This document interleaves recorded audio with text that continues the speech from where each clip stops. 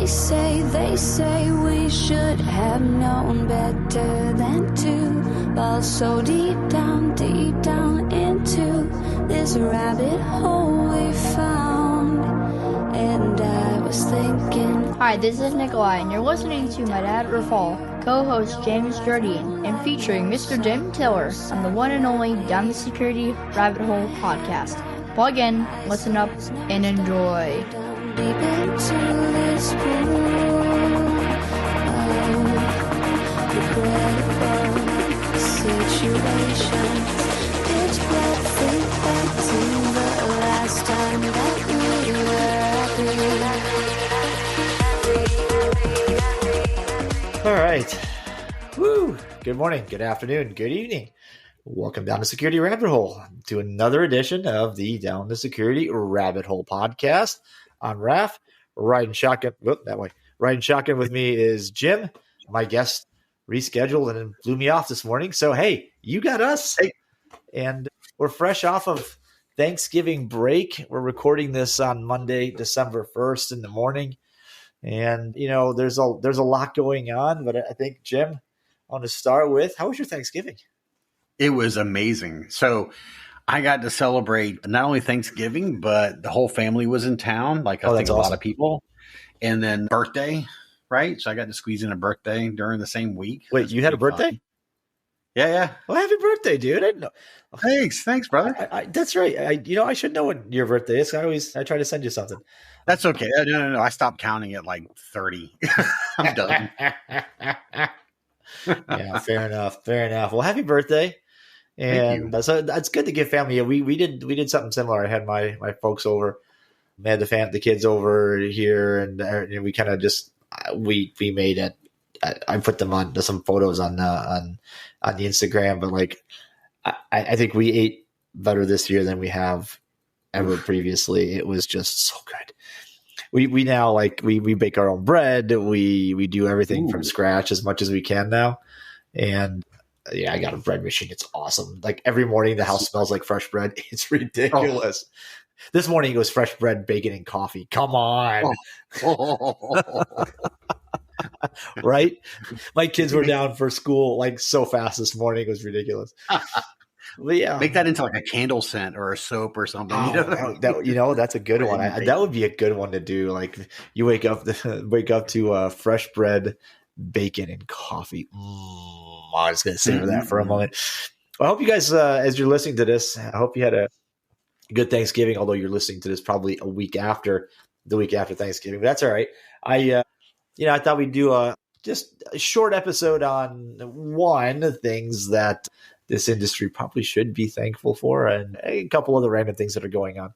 So, listen, it has, as it's not lost on me as we approach 700 that there are just a truck ton of things that I need to be thankful for. One, the listeners, you guys putting this show over the top every single month. It's great. I love it. I love doing this. It's a lot of fun. I get to hang out with you, Jim, and when James is around, we've got a good time and we have great guests when they make the episode. And it's been great. I love growing this show. I can't believe we crossed. Let's see. Sorry, 11, 12, 13, 14, 15, 16, 17, 18, 19, 20. 15. We are now on the 16th iteration season of the show. I can't believe it. I honestly can't. Like it is nuts that it's been going this long. People may not know this, but I shouldn't say that. I'm a big time fan of the show, right? Yeah. I'm super grateful for actually being part of it now, which is honestly, every time we begin an episode, I have to pinch myself and make sure I'm squared away because it's always been a really big deal to me. And I remember, I think I sent it to you as I took a screenshot of my Spotify a couple years ago. Yeah, I remember that. And it had 2,000 hours of listening that I had done that year of the show. Yeah. And I replay them. So you have these really favorite ones where guests have come on and done and said amazing things or had an amazing argument or amazing position or a particular view. And you go back and listen to these things and you're just taking on this huge arc of the entire industry. It's fascinating to me. People, Jim, I started doing this I started doing this because I said this before, but like, I started doing this because there were so many good areas to get content, but none of it was at the time, right? 2011. There were few podcasts that were centered around just sort of like the what's going on, interesting people kind of thing. There was a lot of podcasts that you couldn't listen to at the office that I listened to, but you just couldn't listen to at the office or share with your boss or something. And I wanted to do something different. Since then, there's I think at least 1,000 cyber podcasts. I am super grateful that you guys listen and catch us every week. And we have like this last series. Well, now it's a trifecta on a trilogy on vulnerability management is interesting. We started with Rob talking about how like this whole thing is just busted. we had Brian on to just sort of pile on why it's busted, but from a slightly different angle. I don't think maybe pile on is not the right word. Maybe it's he gave a perspective on where the breakage is or what's wrong with it, and just sort of like added supporting evidence to Rob's. And then the as we record this, it's going to be released tomorrow, but you guys have already listened to this if you listen to this show. Jay Jacobs was on with me talking about EPSS, and like his conversation made sense in a way that like I walked out of the first 2 episodes with absolutely no hope whatsoever. His gave me a little hope that maybe there are people that know what they're doing and don't just try to throw like super fancy math at you just to confuse the heck out of you and just to make this super tough. So, but it's like this. We did that on AI. We did this on vulnerabilities. And we keep coming back to the law and cyber with Tuma. I got to get Tuma back from the great state of Texas because I love that guy. That kind of stuff is fantastic. And if you look back, you can see these themes, and right. So you might have had, in the, late 2000s, if you will, before the 2020s hit, sort of a series on SIM and SOC and stuff like that. And then, with Anton, for example, and then you keep moving that ball forward. So it's really interesting to watch, again, this sort of arc, because you can really get a good feel for the evolution of the industry just by listening to your show, because you have these different guests, sometimes the same guests. Yeah. Obviously, these experts in these particular fields that come on and talk about stuff. And then to hear it, season over season or year over year, and to have certain things not change at all. Let's be honest. Come on. Yeah. And then certain things change dramatically, Yeah, it's funny you mentioned SIM. Like we had that conversation about SIM and SOC like a decade apart a couple times.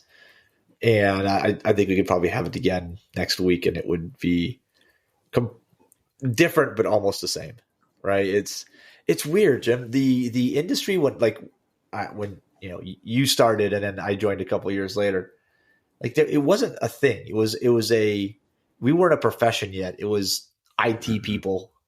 We were a little subset of that. And then like an amoeba, we kind of went created our own bubble. And I feel like it's been like it was a crazy uphill ride, and then the roller coaster tilted down, and it's just it's been weird. I think it's the best way to describe it. It's been weird.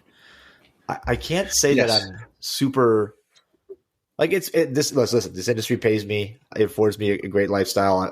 I'm very grateful for having this for this profession and being able to do what I do. But like work-life balance sucked for a long time. And for some people it still sucks. And I think that kind of takes us to the post we all saw this morning. Like Marcus Hutchins, professionally loves to do this, but he posted this. This all started, but somebody, I don't remember who it was anymore, but basically commenting on they work for some AI company and like they work. I just got off of a 36-hour shift, but I'm grateful to these. And I read that and thought that's a weird thing to brag about. And then Marcus kind of laid into him just a bit. And then like out of the woodwork come these people that are just absolutely hammering on him for like, and this one was like, yeah, I've been around this industry for 5 years. You don't know what you're talking about. You're irrelevant. I'm reading this going, really? Wow, your vast 5 years of experience. Well, you're so cool, man. What's that like? Yeah, I tell you, LinkedIn is the gift that keeps giving sometimes, and I sometimes I do struggle. I at times when people are like, I've been in this thing since forever, and it's 5 years, like you said. But in their defense, let's call it what it is. Sometimes a year feels like 5, so 5 years is 25 years in the industry, that kind of thing. But Marcus is great because he knows exactly how to sort of say it without completely going sideways. But yeah, I think you can't be in security. You can't be in let's call it IT for that matter without pulling no sleep 3-dayers, that kind of thing. We've all been there half a dozen times, kind of thing.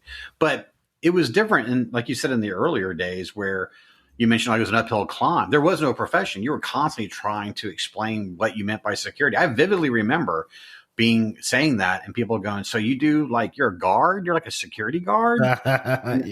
And I had to like explain the concept of the internet, and I remember when firewalls were starting to become a thing. And starting to.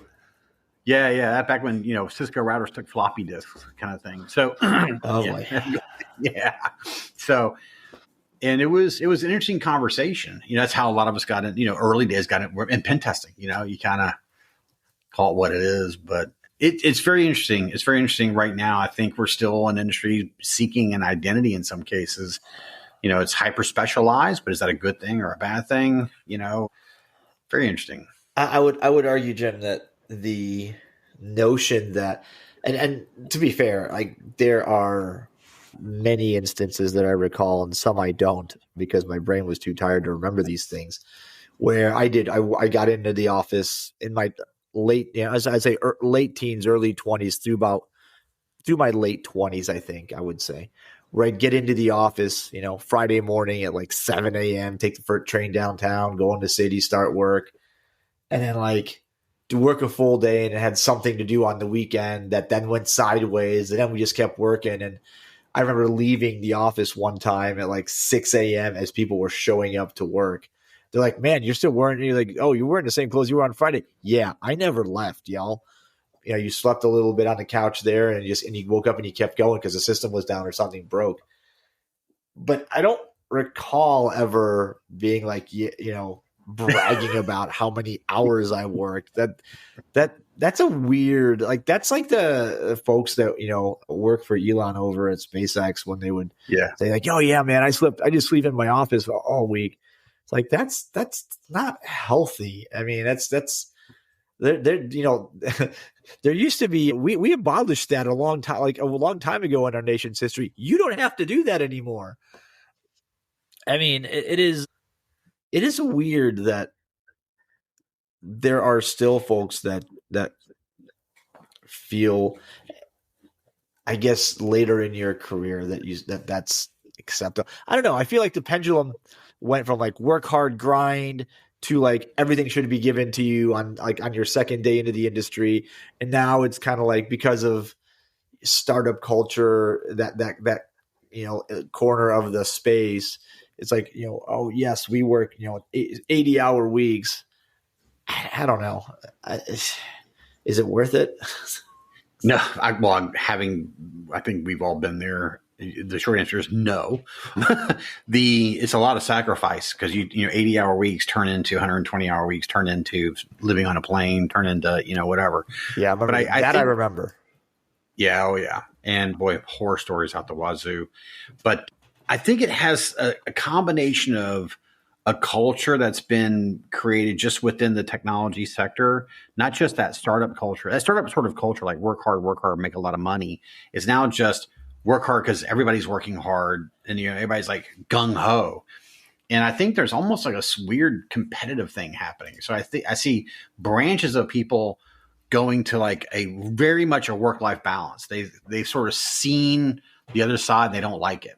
Yeah. And then there's the other side that is, well, if I don't show up, 2 hours early and stay 2 hours late, I'm not going to get the next job that I want, or I'm not going to get the raise, or I'm not going to get the promotion, or I'm not going to keep my job. And, this sort of, this other form of pressure It's coming from somewhere. It's coming from somewhere.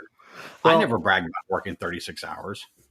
Yeah. I mean, I know what it did to my health and my relationships.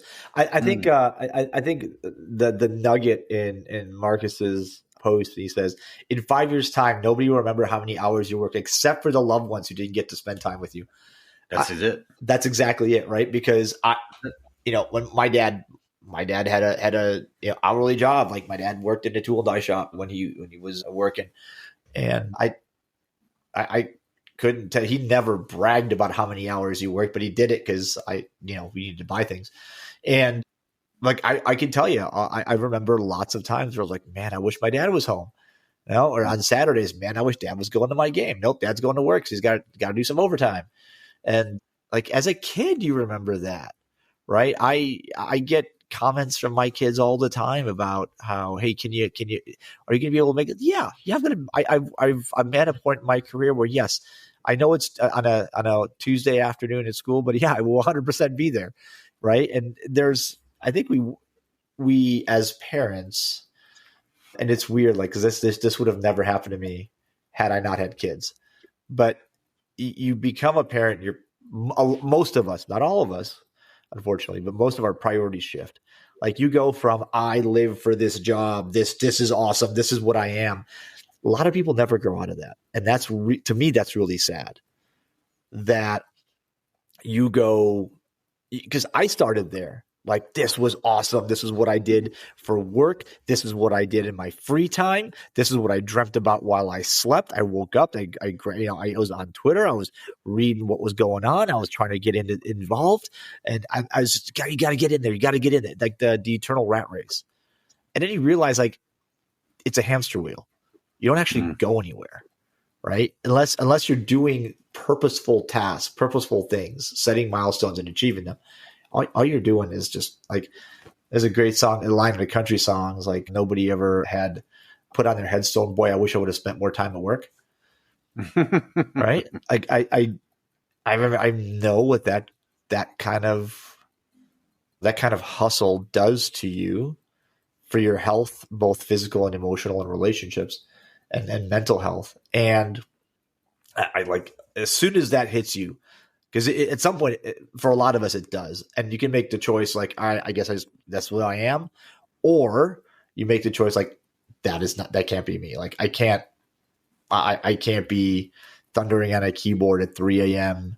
wondering why, I'm spending life alone and my family doesn't know who I am. And I've got no, like, real life activities. I never leave the comforts of my glowing screen. Like, but that's a choice. And I think that's a bit of growing up that, like, a lot of us, because we're in tech, it's weird. Maybe it's my perspective, but I think there's a disproportionate amount of people in this profession that never get past that pivot point where you're like, holy cow, I need to work so that I can live, not work shouldn't be what I live. Mm-hmm. Yeah.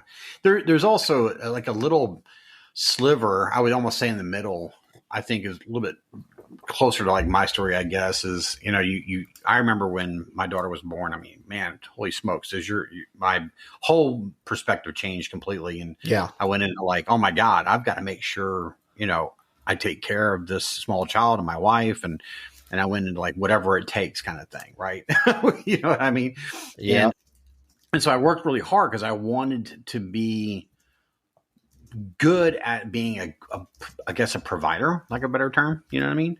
And I knew I had to, so I just want to make sure I fought every day because, at that point you can't, you don't want to lose health insurance or a job or whatever, that kind of thing. And I've always had, like, a hypersensitivity to that. But the byproduct of that was I spent an extraordinary amount of time away from home. I remember when I got my first sort of, I would say my real job, my heavy hitting job, my new boss showed up at my door on a Sunday morning. Whoa. With a box with which later to be my laptop on the inside, and a bouquet of flowers on top of the box. And in between the pot of flowers and the box was an airline ticket. And I had to get on a plane the very next morning. I was like, oh, whoops, okay.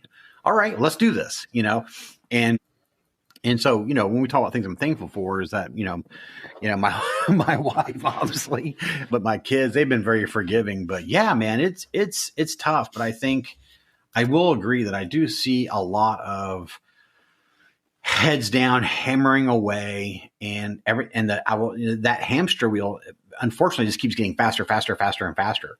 Pretty soon you're just flopping around inside of it, and then you kind of tumble out the side all bruised up and nobody's there to take care of you kind of thing. But, with the technologies the way they are today, there's just, let's call it what it is. Back in the old day, there wasn't that much technology by definition. So there wasn't a lot to keep up with, so you could really be deep. You could go deep and wide quick, right? And really lean into it. And it was very rewarding because you got a lot for the work you put into it. Yeah, fair. Today, I feel like I put a lot of work into it. I just get these tiny little morsels like, oh my God, this is so complicated. So you spend so much time peeling off the skin, the covers and the paper to get to something of a kernel. And you're like, okay, all right, next, you know what I mean? Yeah. And so it's tough. It's very difficult. I think the other thing that, and I'm thankful for good guidance, you being one of those people, Jim, in my career, where you and Paul Muller, I know Paul still listens every once in a while from down under, taught me that like at some point you got to turn it off. Like I remember Paul emailed me on a Sunday afternoon because I was doing something and I was online. He goes, "If you don't disconnect, I will have your account turned off." I was like, okay, he's bluffing. He wasn't. But like you have to.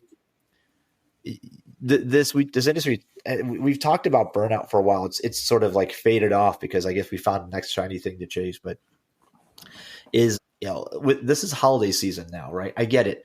Attackers don't rest like we need to. They've got their jobs, but their jobs are to pay attention when we're not. So I'm not saying like take the day off. It's holiday season, like just stop paying attention. But there's a fine. It's not even a fine line. Let's be clear. I think to me, there's a very bright line between I'm doing the job, I am maintaining my professional acumen, and then like a time comes and it's family time now. Like it's time to put some time into my kids. It's time to go build a puzzle. It's time to play with some Legos. It's time to go meet some friends at the whiskey club. It's time to like sit on a deck and just smoke a cigar and stare at the stars. Like it's just time to just put the earmuffs on, turn the phone off. I've started, so these wonderful devices also like the bane of our existence. Yeah. But there's this wonderful feature called Do Not Disturb in focus mode. All right. So I use focus mode when we record podcasts, when I've got meetings during the day. Right. There's a couple of people that can text me or call me and my phone will ring because it's my parents. It's hopefully when they're calling me, like it's my kids' school, and some loved ones and stuff like that. But outside of that, there's nothing that there's nothing that somebody, is going to call me and tell me that I need to drop what I'm doing right now. And I started doing the, at first it was Do Not Disturb after like 9 p.m. And over the last couple of years, I slowly adapted that back. It turns off. My Do Not Disturb goes on at 6. Yeah. Well, you beat me. I got it at 7. I tell you, that was one of the best things I learned about phones is by getting control over notifications, right? There's a whole conversation around that. I do want to say something that's really important. And I'm an old guy now, officially. And so it sounds weird coming from an old guy because you think, oh, well, old people don't really have that gumption and all that kind of whatever it is. Truth be told, you absolutely have it. But over the years, what I've learned, and it took me a long time to learn this, is if you work really, really hard for a lot of time, your quality of work, you think that you're doing really good work, when in reality that you're working yourself into that lull, and then all of a sudden that lull becomes the norm, and by taking a break, by disconnecting, people feel disconnected. The FOMO, all that kind of stuff kicks in, right? We've all been there. But if you get into a rhythm of even the slightest amount of time just disconnecting, right? play a video game, make a puzzle, read a book, do something, and not a technology book if you're in technology, obviously. But it actually makes you better on the flip side. You come into it fresher, and you can do more with the time that you've allotted. And you'll find that you're able to accomplish an amazing amount of meaningful activity in the same amount of time that you would have normally just overworked yourself into a circle. That is so. That's a fantastic tip. If you guys are listening to this, that is something to take note of. There's you get started on a problem, your productivity is high, you start peaking and plateauing because your brain starts churning, and then you're churning on the same ideas over and over and over, and eventually you're like, why can't I solve this? That's the point at which that's the furthest point at which you should say, pause, I'm walking away. Go do anything else as long as it's not related to the thing that you're working on. All right. I've done this with back when I had to write code. I've done this with, I build models now for clients and myself. And you start to get to it, you're like, this data, like this isn't making, the math's not mathing. This isn't making sense. I was like, all right, hold on. Tell my Mac, go to sleep. I'm going to go walk away. I'm going to go sit on deck, smoke a cigar. I'm going to go build some Legos with my kids. I'm going to go do something. If it's in the middle of the day, I'm just going to go for a walk around the neighborhood, put some headphones on, like listen to some good music, just breathe some fresh air. You come back, you stare at it and go, oh, and like, boom. If you've had that moment, you know exactly what I'm talking about. And it's that moment doesn't come from staring at the same problem for 7 hours. It doesn't. There's no amount of staring at it that's suddenly going to make your brain look at it from a fresh perspective.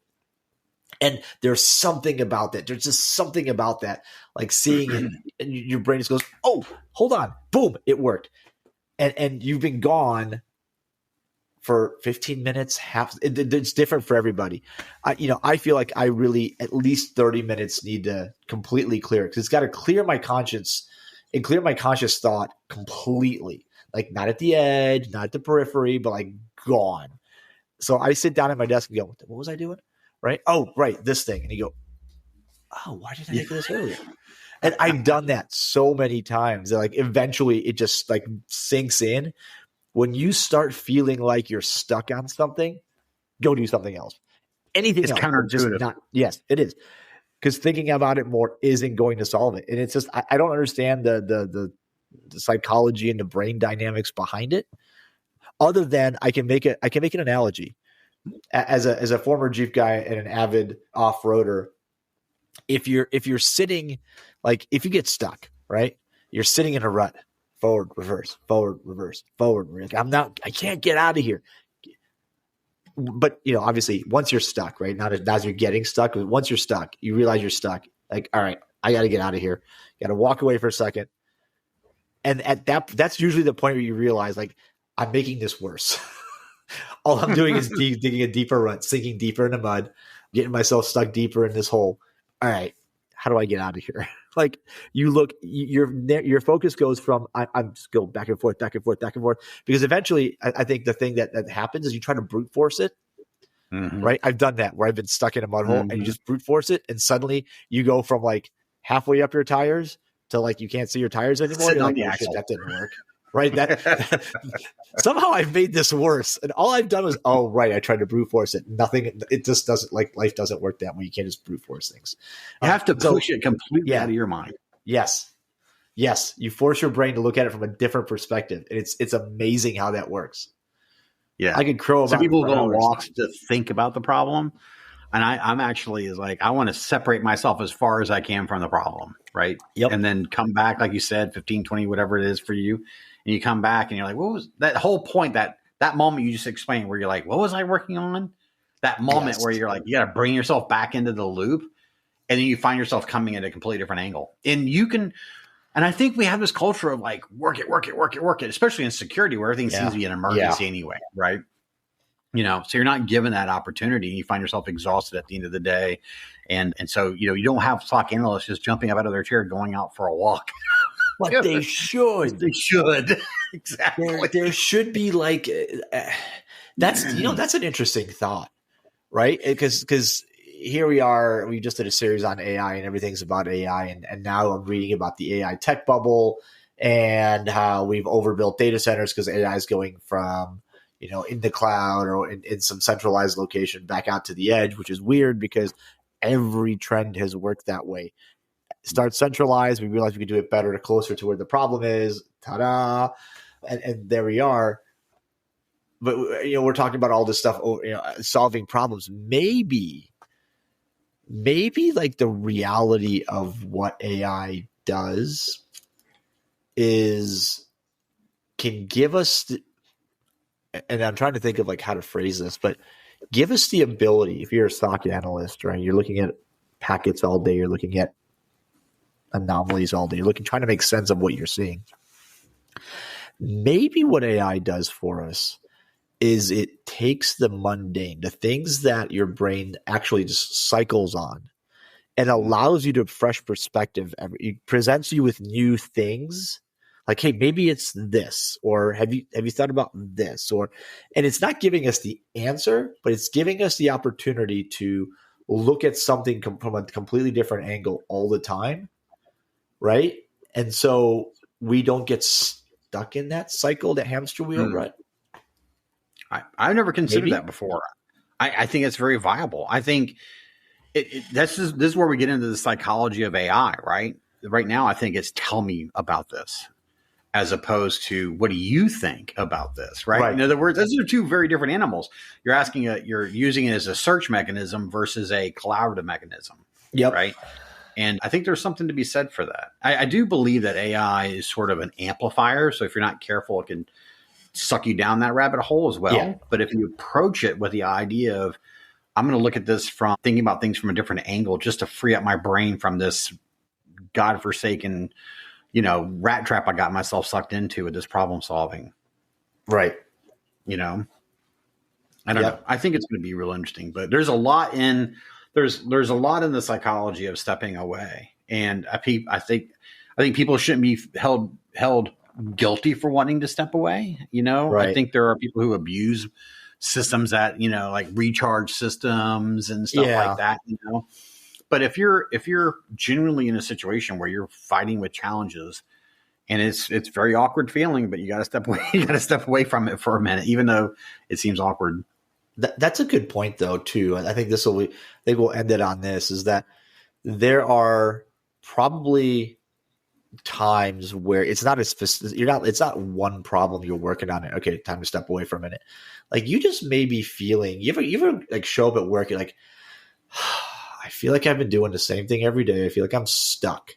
Like, I feel like something doesn't feel right. I've lost my zest for the thing. That's when I love and I love Extra because we get the opportunity. Like, we're on this recharge system, right? You don't have to go. You don't have 2 weeks vacation. You take time when you need it. Now, the danger is so there are people who never take the time, but people who actually get how this works, and they encourage us to do that here, is like, there's a point at which you go, all right, I've been running on this treadmill for a while. We just ground through 4 customers worth on sites and this and that. Like, or I just finished 2 weeks of straight travel. I'm taking 2 days and I'm turning my work off. Like, I'll be back in 2 days. The world's not going to burn without me. We're structures that you have a backup, right? Like, if there's an emergency, I'll talk to you in 2 days, right? There's like, honestly, if you ask yourself this, because I know we're like, oh, but what if something happens? How many of you guys that are listening to this right now have a job where if you don't answer the phone, like, somebody's life is at stake? All right. There are very few of us out there. And if you are in one of those positions, are you sure there's not a backup for you? And if not, then what the hell? That's a problem. That's a different problem. Right. But I have been in that where, like, okay, I need to get this. Like, I have to be available. And you sit and think about it for a minute. You go, yeah, but why? Why do you have to be available? Is the world really going to burn down if you're not there? Like, if that web server fails, or if nobody's there to respond to that ticket for 2 days, is that going to be okay? And I think the answer really sometimes is, yeah, it'll be all right. Because I've got somebody that's going to take over for me for 2 days It's not going to be their number one priority, but they'll work on the emergencies if there is such a thing. And I will come back more productive than I am right now, which means, you get that productivity pop and you start kind of edging your way back down slowly, catch yourself and get that and go back, right? And go back to the well and refresh. I think that's a great theme. Just go back and refresh from the well. Go get that cold drink of water, breathe some air. As the kids say, touch some grass, man. Yeah. Run your fingers through the grass. That's right. Yeah. Dude, I have honestly, I have a couple of times this year where it's been like, oh my God, I've just gone through 6 hours of meetings and I've got some customer deliverables that are due before the end of the day. And I've literally walked out and just like lay down on my back in my driveway and just like laid there for a minute. One of the times was in the afternoon. My kids came out and were playing. They're like, Dad, are you okay? Like, yeah, I'm actually feeling much better now. Like the sun is beating down.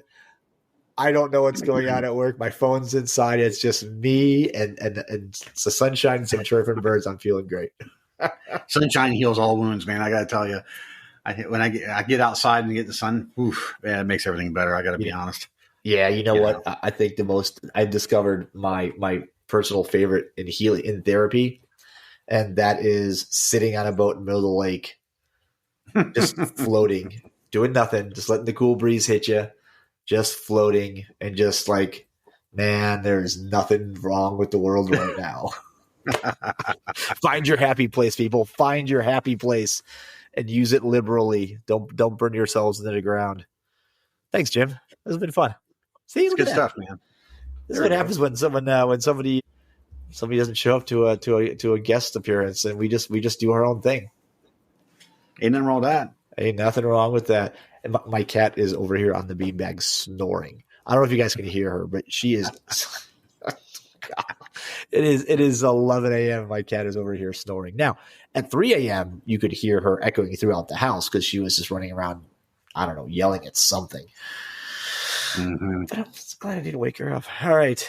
Thank you so much. And I will see you guys another time, another place, on another Down the Security Rabbit Hole podcast. Get some rest. Ciao, y'all. This is Bella. Thanks for listening. Don't forget to leave my dad a review and share this with your friends. Bye.